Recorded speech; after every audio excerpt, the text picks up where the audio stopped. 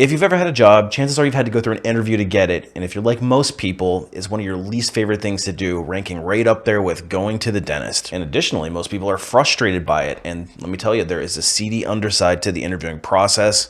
And in this video, I'm gonna peel back the scenes and tell you the ugly truth about interviewing for a job. But before we get into it, if you're interested in more career-related content directly from a corporate recruiter, make sure you hit that subscribe button. You might also want to hit that notification bell so you don't miss any future videos. If you caught my previous videos in this series on the ugly truth of recruiting and resumes, you kind of get an idea of what's going on behind the scenes and how the recruitment process works. Essentially, we're demystifying it for you here on this channel. However, we haven't really touched on the interviewing process, and I want to break down some ugly truths about it. The first ugly truth is, unfortunately, there's a double standard. What is the double standard? Well, it's basically across the entirety of the interviewing process. From the time you start to engage with an employer to the time you land an offer, the entirety of it is a double standard. I hate to admit it, but it's kind of true. For example, you can cancel or reschedule an interview and it's frowned upon by the employer. So if you go to try to reschedule your interview for another date, something comes up, you can be looked at as somebody who's potentially flaky or not truly engaged in the job. However, the employer can do that to you without any real repercussion. If something more important comes up on their calendar, they have a conflict, or for whatever reason, they can't make it to the interview, they can push it back, they can reschedule it. And you as the job seeker, if you want the job, you just kind of have to suck it up.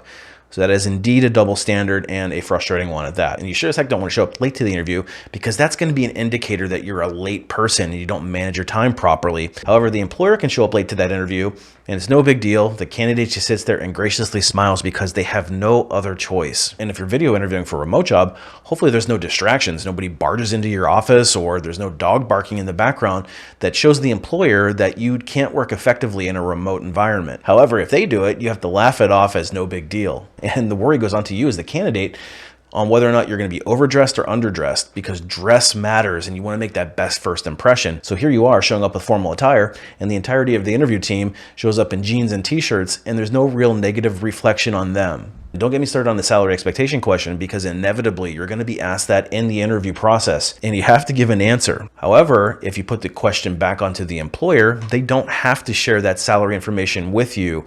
It's a one-way street there and it's very one-sided. So the double standard is real. It is an unfortunate part of the interviewing process. I will put an asterisk here and say, me as a recruiter, I don't care about a lot of the stuff that I just mentioned. I don't care about your dress code and all that stuff. I won't hold that against you, but there are recruiters, there are hiring managers out there that unfortunately will.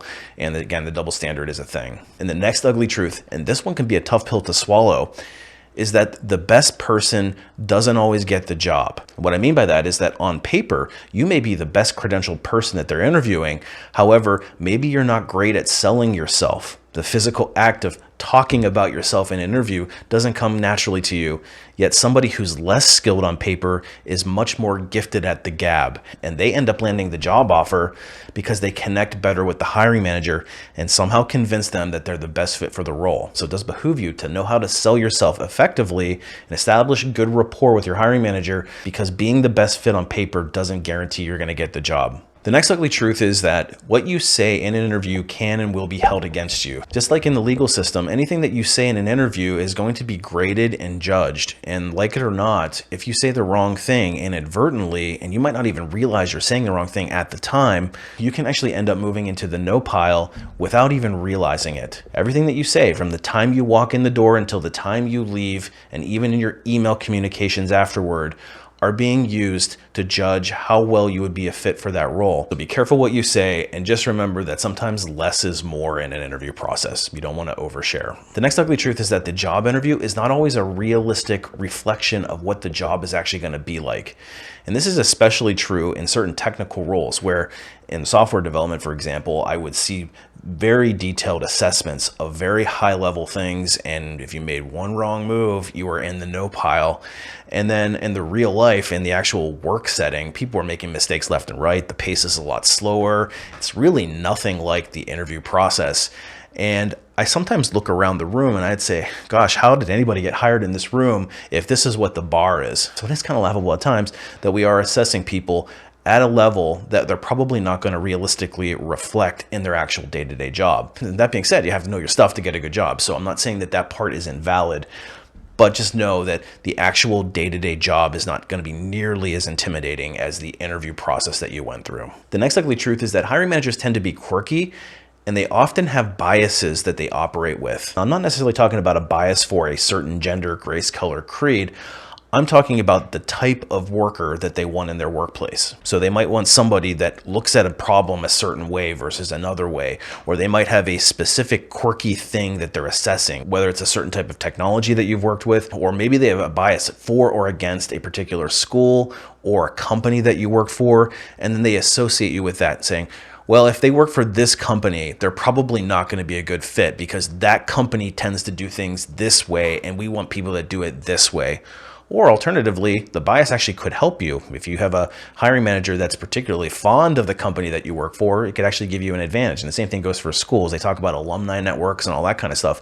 And I will say, I probably have a little bit of a soft spot for Penn Staters in my interview processes, but you still have to bring the goods. I'm not going to just pass you on because you're a Penn Stater. But if you are a Penn Stater and all things being equal, I might, take a closer look at your profile. Now, of course, we hire the best possible person for the job, but know that there are certain biases in the workplace. The next ugly truth about interviewing is that employers will sometimes string you along as a silver medalist candidate. To me, that term is cringeworthy. However, you will see talent acquisition departments using that terminology to identify a person who is a second place candidate. In other words, we've got our gold medalist, which is the best possible fit.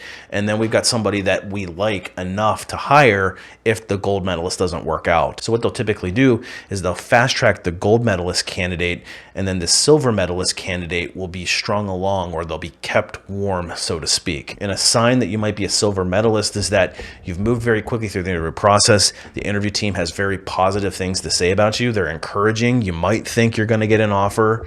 However, things seem to slow down near the end and you're just waiting and waiting, and the company is just putting it off and putting it off. Typically what's happening is they're finishing the interview process with the gold medalist. And if they go through an offer process and the gold medalist doesn't accept the job, then they want to fall back to you as a silver medalist. At the end of the day, a silver medalist still could end up with the job offer if something happens with the gold medalist and for whatever reason the company can't get the offer done. Now, whether or not you want to accept the offer as a silver medalist is another story, and that's up to you to decide. The last ugly truth about interviewing that I want to share in today's video is that it is not a fair exchange of time, energy, and resources. When you look at the kind of commitment a candidate has to make in the interview process versus what an employer does, it just doesn't make sense from an equity perspective, because you're going to be asked to go through round after round, hoop after hoop, assessment after assessment, application after application, etc., etc. And there's no guaranteed payout at the end. And each one of those things costs the most valuable resource that you have, which is time. And not to mention, there could be some cost associated with it. If you're making trips back and forth, now granted, a lot of companies will reimburse those expenses, but nonetheless, you're still making that investment. You're putting wear and tear on your car. You're doing all of those types of things in hopes of landing a job opportunity. And the company doesn't look at it the same way. They're interviewing this person, they're interviewing this person, this person, this person, and this person, and they're trying to find the best possible fit. So all of these people are going through the same interview process as you, and only one person is going to end up with that offer at the end. So there's going to be lots of disappointed people, unfortunately, and it's just not a good exchange of value, especially when you're not being compensated for your time. So the moral of that story is to make sure that you vet out the opportunities that you're interviewing for very carefully. And sometimes it's okay to say no to an opportunity that doesn't really align well with what your career goals are, especially if they don't have a good reputation, especially if they seem like they're going to be wasting your time and their candidate experience is not very focused on you.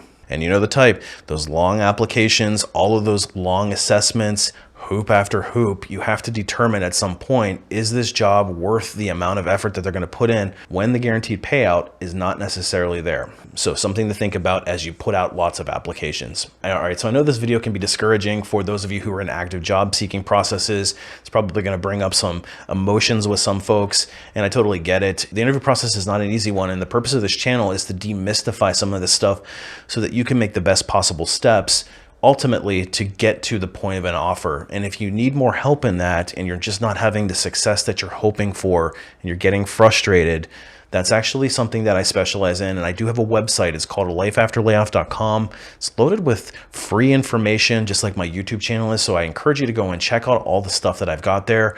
If you need a little bit more targeted help with your job search, I do offer some training courses. They represent the deepest and most intimate knowledge that I have. The first one's called Resume Rocketfuel, and it's going to teach you how to write a resume with the recruiter in mind, because ultimately the recruiter is the gatekeeper. You have to know how to write the resume to get past the recruiter, ultimately into the first round interview. And that's the sole purpose of that resume. Once you get into that interviewing process, it's then up to you to sell yourself throughout each step. It can be a gauntlet and it can be tough to get through. That's why this whole video was made. But ultimately your goal is to get to the job offer, and the Ultimate Job Seeker Bootcamp gives you the necessary tools to get through each step so that you ace it, and hopefully you get to that job offer and you can negotiate yourself the best possible salary and compensation for yourself. But if you want to skip the recruiter altogether, jump right into this gauntlet of the interview process, I encourage you to check out Unlocking LinkedIn, and that's going to teach you how to use LinkedIn as an asset or a tool for you to get past the recruiter into the interviewing process, also to unlock the hidden job market. So there's lots of value there as well. Appreciate you watching. Happy job hunting.